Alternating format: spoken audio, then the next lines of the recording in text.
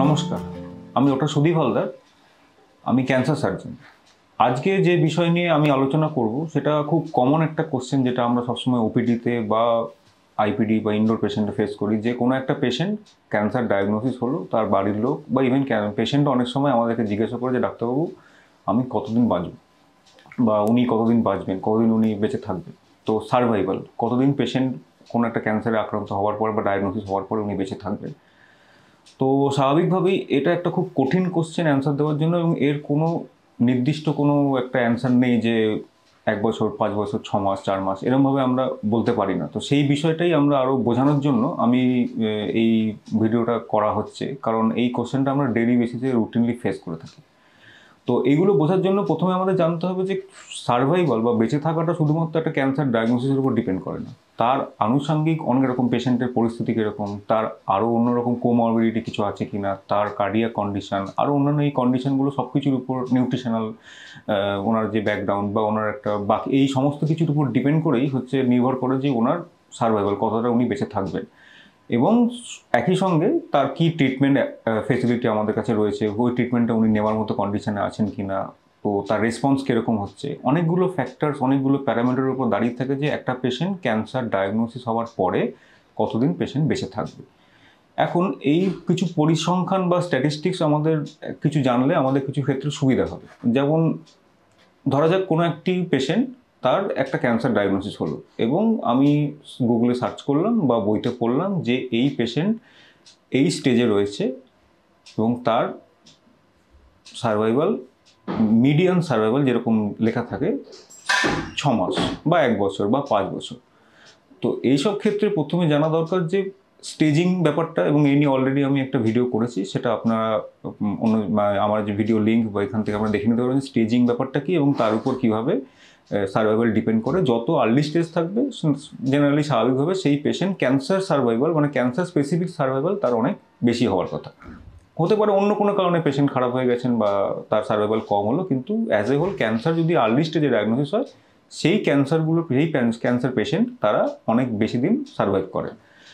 এখন এই যে আমি বললাম এটা মিডিয়ান সার্ভাইভাল, এই মিডিয়ান সার্ভাইভাল মানেটা কি? এখন ধরা যাক যে 1 থেকে 10 এরকম একটা যদি সংখ্যা থাকে, এবং তারকে যদি আমি অর্ডারলি সাজাই, 1 2 3 4 করে 10 পর্যন্ত সাজাই, তাহলে তার মাঝখানে যে জায়গাটা থাকে সেটা ধরুন 5 বা 6 যদি এরকম ধরা যেতে পারে, তাহলে ওই নাম্বারটা হচ্ছে মিডিয়ান নাম্বার, মানে মধ্যিখানের নাম্বার, যেখানে আমি একটা অর্ডারলি আমি যদি জিনিসটাকে সাজাতে পারি। এখন এইভাবে যদি দেখা যায় যে 100খানা পেশেন্ট আমি যদি ধরি, 100 জন পেশেন্ট তারা এই স্টেজে কতদিন ধরে বাঁচছেন, তাদের আমার একটা ডেটা আমরা নিলাম।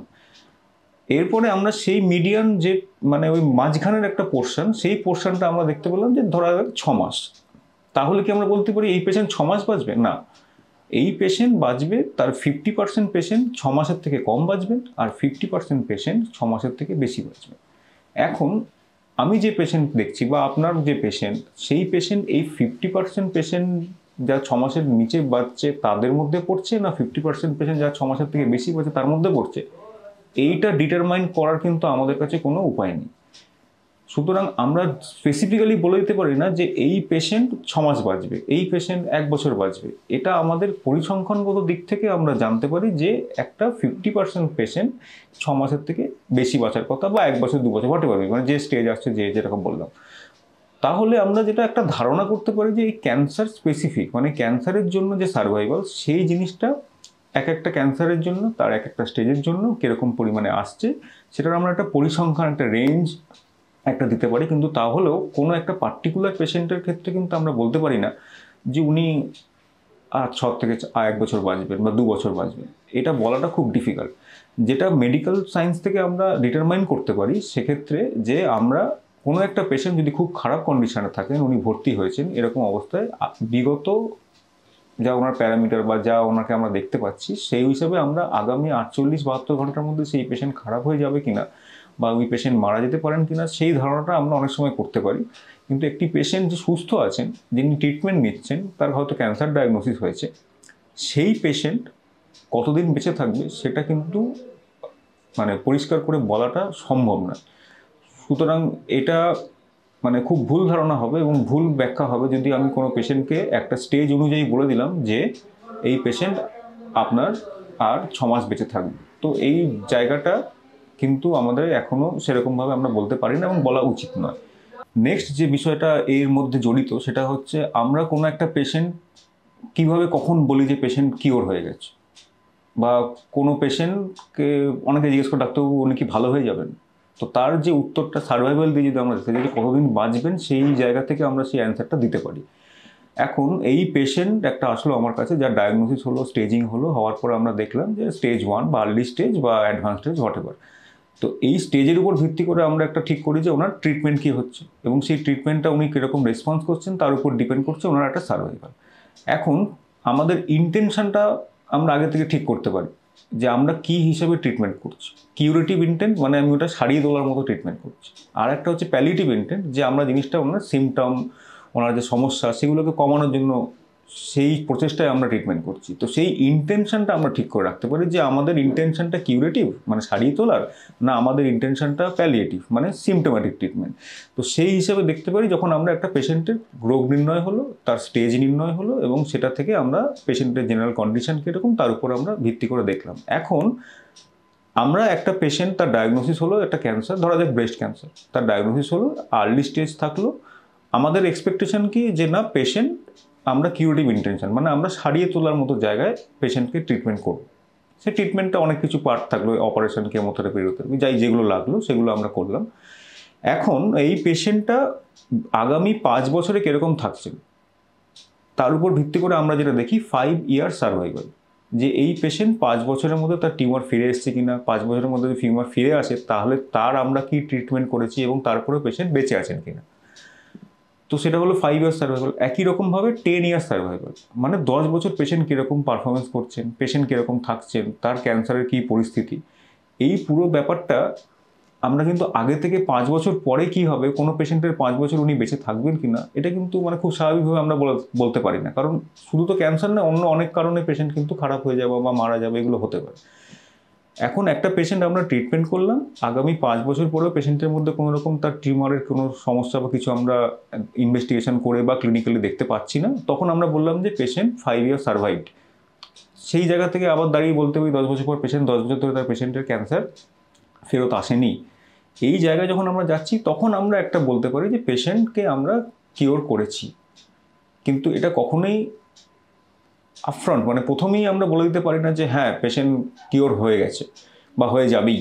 তো এই জায়গা থেকে আমাদের ব্যাপারটা বুঝতে হবে যে ইন্টেনশনটা আমরা ঠিক করে রাখতে পারি যে আমরা এটা কিউরেটিভ ইন্টেনশনের দিকে যাচ্ছি না প্যালিয়েটিভ ইন্টেনশনে যাচ্ছি, সেটা আমরা মানে সেটা আমাদের রিপোর্ট বা সব কিছুর উপর ডিপেন্ড করছে। কিন্তু সেই পেশেন্ট আগামী 5 বছর, আগামী 10 বছর বা তারপরেও জীবিত থাকছেন বা ভালো থাকছেন, কোয়ালিটি অফ লাইফ মেনটেন করছেন, সেইগুলো কিন্তু সময় না দিলে আমরা বলতে পারবো না।